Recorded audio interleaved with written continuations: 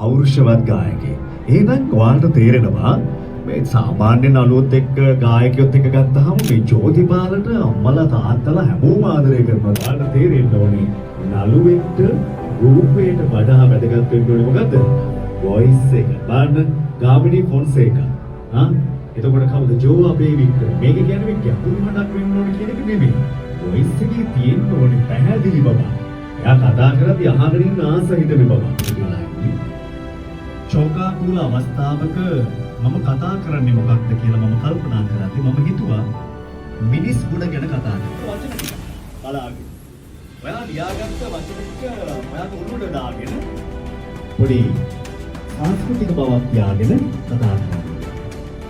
මේ රටේ පිළිගත් ගුරුවරයෙක් විදිහට වැජඹුණ කෙනෙක් අද ඔබ ඉදිරියේ සැතපීලා වැඩමවා වදාළ ගෞරවණීය අපේ පන්සලේ නායක හමුදුරු විද්‍යාඥතුමා. ඒ නිසා බුදු ගුණේ අපි අහලා විතරයි. ඒ බුදු ගුණේ අහලා තියෙන නිසා මට මිනිස් ගුණ ගැන කියන්න පුළුවන්. මොකද මම මිනිස්සු වැඩිපුර ආශ්‍රය කරන නිසා. ඒක මතු වෙනවා. වේදිකාව හදලා තියෙන්නේ ඔයාව පොර කරන්න නෙමෙයි. ඔයාව අනිත් අයට පේන්න. ඒ නිසා වේදිකාවට නගිනකොට මම මතක තියාගන්න ඔයා නෙමෙයි පොර ප්‍රේක්ෂකයා තමයි පොර.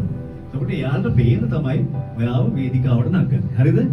ලස්සනට සුදු ඇඳගෙන අපි පාසල් කාලයෙන් පස්සේ අපිට ආය සුදු ඇඳුම් අඳින්න වෙන්නේ නැහැ. ඒත් අපේ විදුහල්පතිතුමා එදා විදිහමයි අපි පිළිගන්නවා ඉතාමත් ආදරෙන්. අපේ විද්‍යාලේ කරු විදුහල්පතිතුමා චන්ද්‍රසේකර මහතා ගොඩක් ගරු කරන මැතිතුමා විදුහල්පතිතුමනි සුබ දිනයක්. පාසල් කාලයෙන් පස්සේ තමයි මට ඔබතුමාව නැවත වතාවක් මේ විදිහට සජීවව දකින්න ලැබෙන්නේ. මොකද්ද? රිලැක්ස්. රිලැක්ස් කියලා කියන්නේ වාඩි හිමෙහි යන්න පුළුවන්. සුබ දර්ශනයක් හැම දිනකටම ආයුබෝවන් වාසනාවන්ත